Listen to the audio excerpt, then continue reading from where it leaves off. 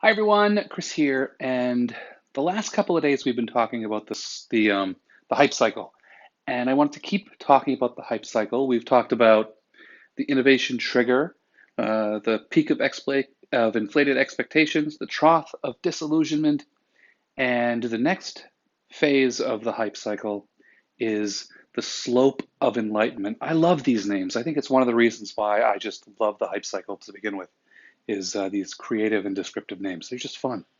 So the slope of enlightenment is when you start to dig yourself out, well, not dig yourself out, well, when an innovation or technology starts to rise out of the trough of disillusionment.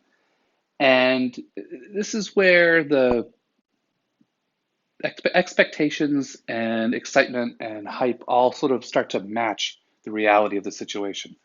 So if we're talking about the natural progression of an innovation, it sort of starts to match up.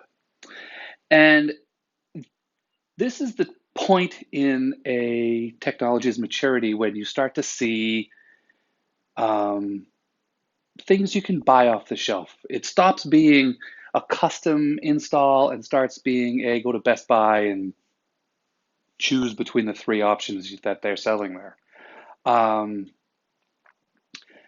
so there are some really great opportunities here. This is a time when most organizations will start to adopt whatever innovation this happens to be or technology if they're in the market, if it's an appropriate fit for them. This is also a time when best practices really start to be rolled out. People start to understand what exactly that the innovation can do and can't do in a very realistic and practical way. Those out of the box solutions. So for an instructional designer and an instructional technologist, this is typically the time when it's safe to start to integrate things.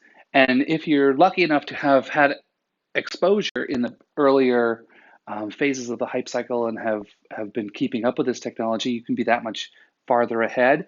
And if you haven't been, well, like I mentioned, this is when best practices start to be really well known and, well, best practices. So you can read up on those things.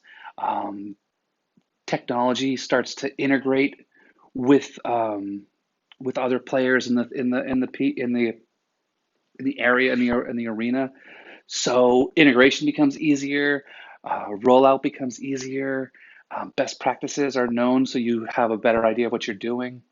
And since things are not quite so customized, you're not having to like jump into the code and hack your way through something, or break out the soldering irons and bake it yourself.